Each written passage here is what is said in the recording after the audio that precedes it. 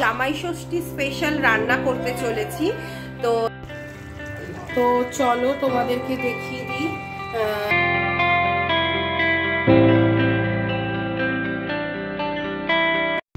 Good afternoon friends, welcome back to my channel. আজকে হচ্ছে Sunday আর এখন বাজছে হচ্ছে 12:20। এখন থেকে আমি আমার ব্লগটা স্টার্ট করলাম। আশা করি সবাই খুব ভালো আছো, সুস্থ আছো, আর আজকে আমরা একটু ভালো আছি আগের থেকে। তো যাই হোক, তো শুরু করলাম হচ্ছে সকালের ব্রেকফাস্ট দিয়ে। অভিজিৎ গেছিল হচ্ছে মাটন আনতে, তো সাথে এনেছে হচ্ছে এই যে পুরি সবজি। তোমাদেরকে ব্যাক ক্যামেরা করে দেখাই, না হলে বুঝতে পারবে না। সব এটা খোলো।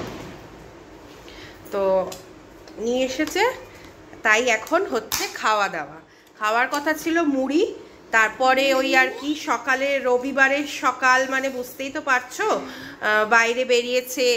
আর যেটা হয় বাঙালিদের একটু ভাল লাগে পুরি সবজি, লুচি তরকারি, তো সকালে করা সম্ভব হয়নি। আর তো সেই জন্য বাইরে যখন বেরিয়েই ছিল, ভাবলো নিয়েই আসি। তা আমাকে ফোন করেছিল, আমি বললাম হ্যাঁ নিয়ে আসো, কোনো অসুবিধা নেই। তো দেখো সবজিটা কি সুন্দর। পনির বোধ হয় না, পনির না আলু, আলু পনির, পনির আছে বোধ হয়, পনির সবজি দেখাচ্ছি, দাঁড়াও। এই হচ্ছে পুরি আর এই হচ্ছে সবজি। দেখো কি সুন্দর সবজিটা দিয়েছে, মনে হচ্ছে পনির আছে, এটা বোধহয় পনিরই। তো যাই হোক, চলো চলো খেয়ে নিই। আর আজকে টাইটেল দেখে তো তোমরা হয়তো বুঝতেই পেরে গেছো যে আমি আজকে একটা স্পেশাল জামাই ষষ্ঠী স্পেশাল রান্না করতে চলেছি। তো দেখতে থাকো ব্লগটা। কাজের দিদি কাজ করে গেলে তবেই আমি রান্নাটা স্টার্ট করব। তো চলো, আর তার আগে খেয়ে নিই ভালো করে, খুব খিদে পেয়ে গেছে। তো আমি রান্নাঘরে চলে এসেছি, আর তোমাদেরকে যেটা বলছিলাম, জামাই ষষ্ঠী স্পেশাল যে আমি রেসিপিটা বানাবো মাটনের, সেটা হলো দই মাটন। তো দই মাটন বানাচ্ছি আজকে। মানে যেহেতু এবছর জামাই ষষ্ঠী আমরা করতে পারবো না, বিকজ আমরা এখানে আছি, জামাই ষষ্ঠীটা এবছর মিস গেল। তো সেই কারণে ভাবলাম যে অ্যাটলিস্ট অভিজিৎকে মাটন যখন এনেইছে, একটু স্পেশাল কিছু আইটেম করে খাওয়াই, তাহলে ওই আর কি মানে নিজেরই মানে একটা ভালো লাগা আর কি, এটাই আর কিছুই না। মায়ের রান্না তো আর আমি করতে পারবো না, বা মায়ের মতন তো আর আমি রান্না করতে পারবো না, তো বাট স্টিল ওই আর কি। তো যাই হোক, রান্নাঘরে এসে বসিয়ে দিয়েছি আগে এই যে কুকারে হচ্ছে রনর জন্য মাটন। রনরটা আলাদাই করব আজকে। আর আমাদের এই যে দই মাটনের জন্য আমরা আলুটাকে আগে ভেজে নিচ্ছি। এই যে আলুটা ভাজছি আমি, তারপরের প্রসেসগুলো তোমাদেরকে দেখিয়ে দিচ্ছি। তো আলুটা আমি দিচ্ছি, তোমরা চাইলে দিতেও পারো, নাও দিতে পারো। আলুটা পুরোপুরি অপশনাল। তো সেই হলো ব্যাপার। আর এই দিকে দেখো মাটন নিয়ে নিয়েছি, অল্পই মাটন নিয়ে এসছে আজকে, অল্পই বলেছিলাম নিয়ে আসার জন্য। তো এই একটু এইটার জন্য না, একটু চর্বিওয়ালা পিস নিলে, মানে একটু রেয়াজি খাসি নিলে আমার মনে হয় এটা একটু ভালো হয়। আর দেখো আমি বলেছিলাম একটু এক্সট্রা চর্বি নিয়ে আসতে, তো সেই জন্য এটা একটু এক্সট্রা চর্বিও নিয়ে এসেছে অভিজিৎ। তো এটার জন্য একটু চর্বি হলে বেশ ভালো হয় মাংসটা রান্না। তাও বেশি একটা পাইনি চর্বিটা, অল্পই দিয়েছে, বেশি দেয়নি। তো যাই হোক, এবার মাটনটা তো দেখালাম। এইবারে আরেকটা মেইন জিনিস যেটা আমাদের লাগছে এই দই মাটনের জন্য, সেটা হলো শুকনো লঙ্কা। শুকনো লঙ্কা তোমরা যদি ঝাল কম খাও, তাহলে মানে তোমাদের জামাইরা যদি ঝাল কম খায়, তাহলে সেক্ষেত্রে নর্মাল মানে ঝাল শুকনো লঙ্কা যেটা হয়, সেটা আমি 8টা থেকে 10টা মতো নিয়েছি। তোমরা চাইলে সেটা একটু কমও নিতে পারো।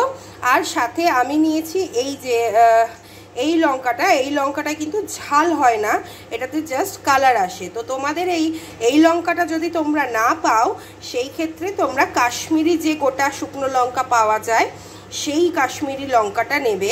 আর যদি একান্তই এই কাশ্মীরি লঙ্কাটা না পাচ্ছ, তাহলে গুঁড়ো কাশ্মীরি লঙ্কা তোমরা ইউজ করতে পারো। তো এইবার এইটাকে আমরা কি করেছি, লঙ্কাটাকে কিছুক্ষণ আগে আমি গরম জল দিয়ে, উষ্ণ গরম জল দিয়ে ভিজিয়ে রেখেছিলাম। তো একদম নরম হয়ে গেছে। এবার এটাকে আমাদের পেস্ট বানিয়ে নিতে হবে। তো চলো আগে এগুলো করে নিই, তারপর তোমাদেরকে প্রসেসটা দেখাচ্ছি। তো দই মাটন বানানোর জন্য দেখো তেল গরম করে নিতে হবে। আমার যেহেতু আলুটা ভাজাই ছিল, তো সেই হিসেবে তেলটা গরমই আছে। আমি এখন এর মধ্যে দিয়ে দেব একটু সামান্য নুন।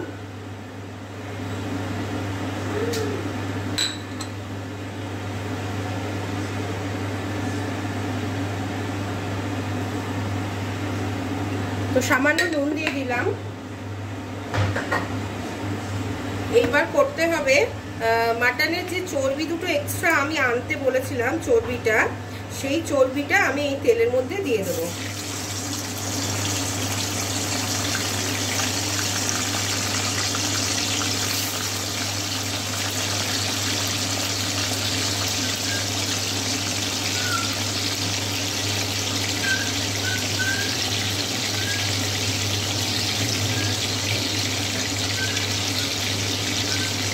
তো দেখবে এটা একটু নাড়তে চাড়তে এমনি হয়ে যাবে ফ্রাই মতন। তো এটা একটু নেড়ে চেড়ে নেবো প্রথমে। এরকম যখন একটু ফ্রাই হয়ে যাবে, এবার আমাদেরকে পেঁয়াজগুলো দিয়ে দিতে হবে এর মধ্যে।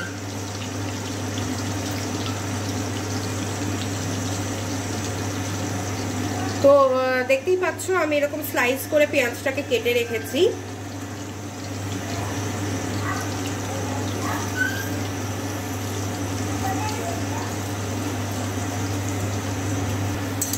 তো এবার এটাকে একটুখানি ভালো করে ভাজতে হবে পেঁয়াজটাকে। তার জন্য গ্যাসটাকে একটু ফ্লেমটা বাড়িয়ে দেবে তোমরা, কারণ পেঁয়াজটা ভাজতেই যা সময় লাগবে, এই প্রসেসটাই একটু বেশি টাইম লাগবে।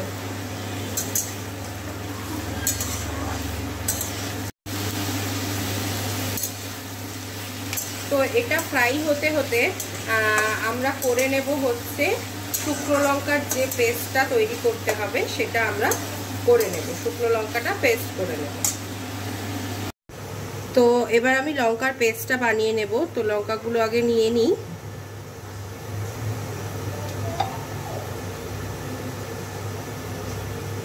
দেখো আমি তোমাদেরকে কিন্তু বারবারই বলছি যে এত লঙ্কা যদি তোমাদের মনে হয় ঝাল বেশি হবে, কিন্তু ঝাল সত্যি বলতে হবে না, বিকজ আমরা দই ইউজ করব, ঝাল হবে না। যদি তাও মনে হয় যে না এতটা ঝাল খাবে না, তোমরা লঙ্কাটা কম নেবে, লঙ্কাটা কম নিয়ে তোমরা রান্নাটা করবে। আর কাশ্মীরি লঙ্কাটা একটু বেশি করে দেবে। তো এই দিয়ে দিলাম, এই জলটাই এর মধ্যে দিলাম, বিকজ এটা ভেজানো ছিল, সেই জন্য এটার থেকে খানিকটা জল আমি এর মধ্যে দিয়ে দিলাম।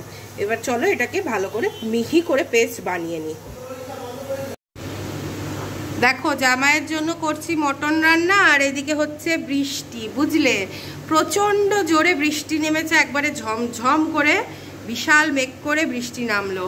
আর এরম দিনে স্পেশাল একটা মাটনের রেসিপি, আহা পুরো জমে যাবে দুপুরটা রবিবারের। তো চলো করি। তো পেঁয়াজটা দেখতেই পাচ্ছ পারফেক্টলি কুক হয়ে গেছে, বুঝতেই পারছো লাল লাল হয়ে পারফেক্টলি সবটাই হয়ে গেছে। এইবারে আমি কি করব, এর মধ্যে ধুয়ে রাখা মাটনটা দিয়ে দেবো।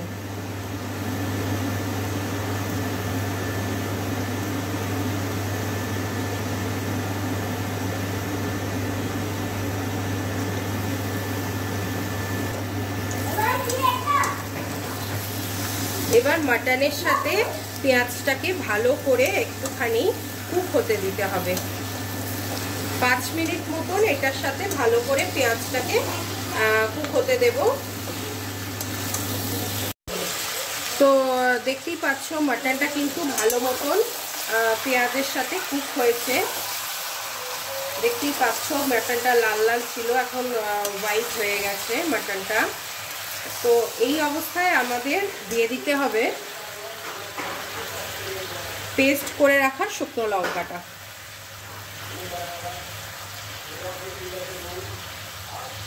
আমি আবারও বলছি, শুকনো লঙ্কা যদি কারোর মনে হয় বেশি, তাহলে কিন্তু খুব বেশি এটা শুকনো লঙ্কা মানে ঝাল হবে না। বিকজ আমি যেহেতু ওই কাশ্মীরি লঙ্কাটা বেশি নিয়েছি, আর সেটাতে কিন্তু একদমই ঝাল নেই। তা সত্ত্বেও যদি তারপরেও তোমরা যদি মনে করো যে না ঝাল হবে, তাহলে তোমরা কম দিতে পারো এই ঝাল লঙ্কার শুকনো লঙ্কাটা। কিন্তু দই দিলে কিন্তু ঝালটা একদমই কমে যাবে এখানে।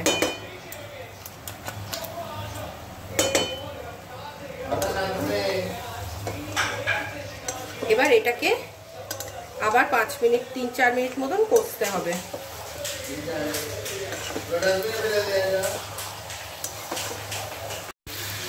তো দেখতেই পাচ্ছ কত সুন্দর কালারটা এসেছে। এইবারে আমাদের করতে হবে, যখন দেখবে একটু গন্ধ বেরিয়ে গেছে, মানে কাঁচা গন্ধটা চলে গেছে, এর মধ্যে আমরা দিয়ে দেবো আদা রসুনের পেস্ট। এই যে মোটামুটি আমি এইটুকুনি আদা রসুন পেস্ট করে রেখেছি, এটা পুরোটাই আমি দিয়ে দেব। আবারও এটা দিয়ে আমাদেরকে এখন ভালো করে একটু কষতে হবে। তো এবার মাংসটা কষাতে কষাতেই, এই আদা রসুনটা কষাতে কষাতেই আমাদের এর মধ্যে দিয়ে দিতে হবে কিছু গুঁড়ো মশলা। তো লাগছে প্রথমেই আমাদের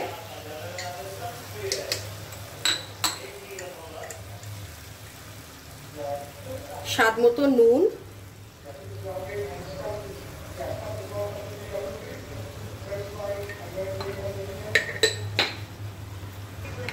সামান্য হলুদ। হলুদটা দিলে কিন্তু কালারটা আরো বেটার আসবে। ওই 1 চা চামচ মতন জিরের গুঁড়ো,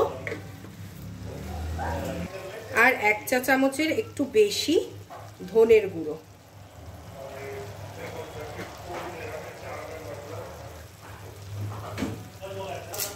আর দেব 1 চা চামচ মতন ব্ল্যাক পেপারের পাউডার। তো এবার এটাকে আবার ভালো করে আমাদেরকে কষতে হবে।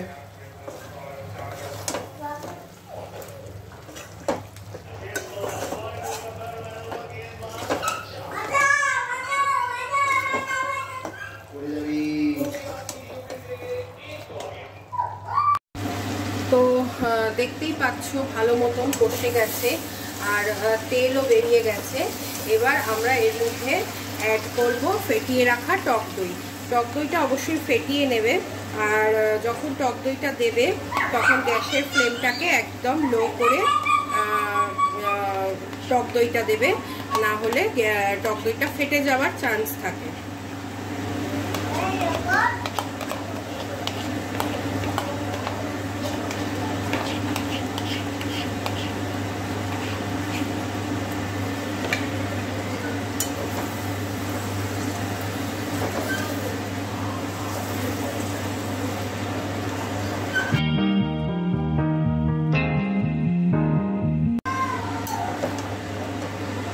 তো এবার আবার আমাদেরকে 5-7 মিনিট মতন ভালো করে এটাকে কষাতে হবে।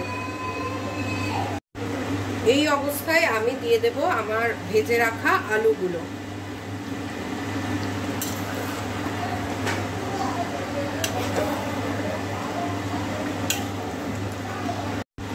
তো এবার কিন্তু আমাদের মাটনে জল দেওয়ার সময় হয়েই এসেছে। দেখতেই পাচ্ছ দইটা দেওয়ার পর কষে গিয়ে মোটামুটি দানা দানা হয়ে গেছে। এবার আমাদেরকে জল দিতে হবে। তো এই অবস্থায় জল দেওয়ার পর যদি কেউ প্রেসার কুকারে দিতে চাও মাটন, যদি ভাবো যে প্রেসার কুকার ছাড়া সেদ্ধ হবে না, তাহলে জল দেওয়ার পর প্রেসার কুকারে দিয়ে হিসাব মতন 2 কি 3টে সিটি মেরে নেবে। তো আমার যেহেতু এখানে মাটনটা ভালো, সেই হিসেবে আমি আগেও তোমাদের বলেছি যে মাটন কিন্তু আমাকে প্রেসারে দিতে হয় না, বিনা প্রেসারেই রান্না হয়ে যায়। তো সেই জন্যে এবার আমি এর মধ্যে দিয়ে দেব গরম জল। জলটাকে অবশ্যই তোমরা গরম করে নেবে।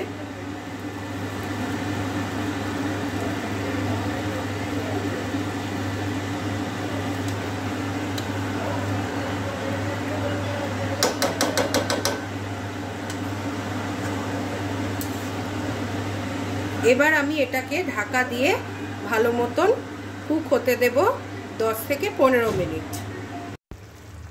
তো চলো তোমাদেরকে দেখিয়ে দিই আমার মাটনের এখন কি পরিস্থিতি।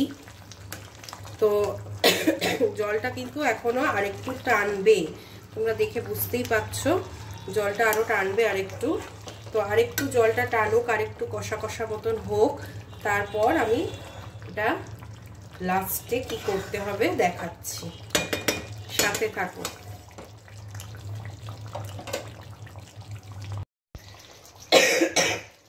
তো দেখো আমার কিন্তু ঝোলটা টেনে গেছে, আর এইটুকুনি গ্রেভি আমাকে রাখতেই হবে, না হলে সম্ভব নয়। তো সেই হিসেবে এবার লাস্টে যে আমাদের যেটা করতে হবে সেটা হলো সামান্য একটু গরম মশলা, মানে 1 চা চামচের মতন গরম মশলা, আর 1 চা চামচ ঘি।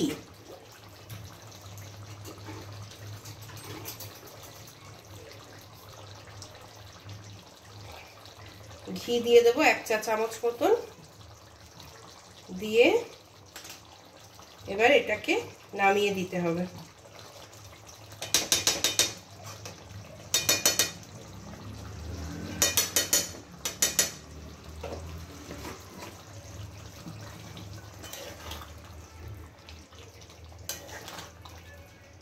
দেখতেই পাচ্ছ কত সুন্দরভাবে মাটনটা কিন্তু সেদ্ধ হয়ে গেছে। এটাকে ভালো করে মিশিয়ে নিলাম।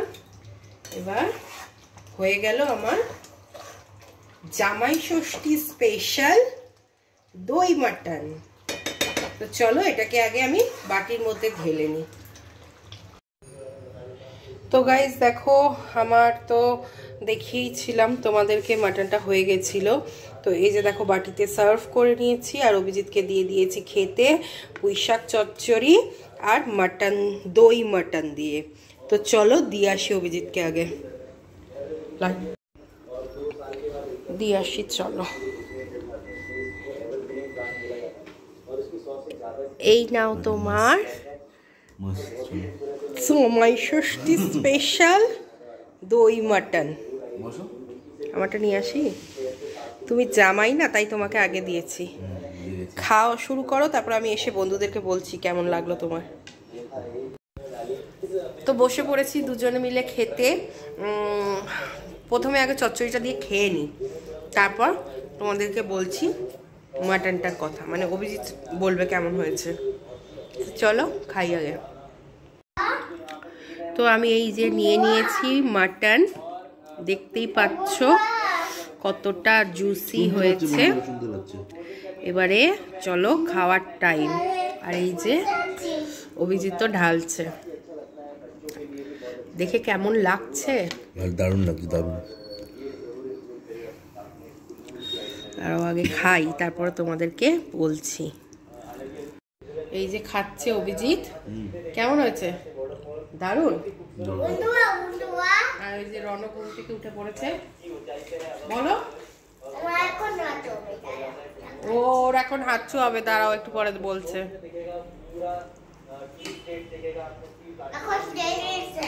আচ্ছা ঠিক আছে, তাহলে রাখছি। তো আমাদের তো খাওয়া দাওয়া বেশ জমিয়েই চলছে, খাওয়া দাওয়াটা করি। আর এই ব্লগটা আর বাড়াচ্ছি না, আমি এই ব্লগটা আমি এখানেই শেষ করছি। আমি সন্ধেবেলা আবার নতুন একটি ব্লগ নিয়ে আসব। তো সবাই দেখতে থাকো আর পাশে থাকো আমার চ্যানেলটাকে সাবস্ক্রাইব করে। আর হ্যাঁ, তোমাদের তো বলাই হয়নি, তোমরা কিন্তু রান্নাটা অবশ্যই করে দেখো, তোমাদের ভালো লাগবে। সবাই বাড়িতে ট্রাই করো আর আমাকে জানিও কেমন লাগলো তোমাদের এই রেসিপিটা।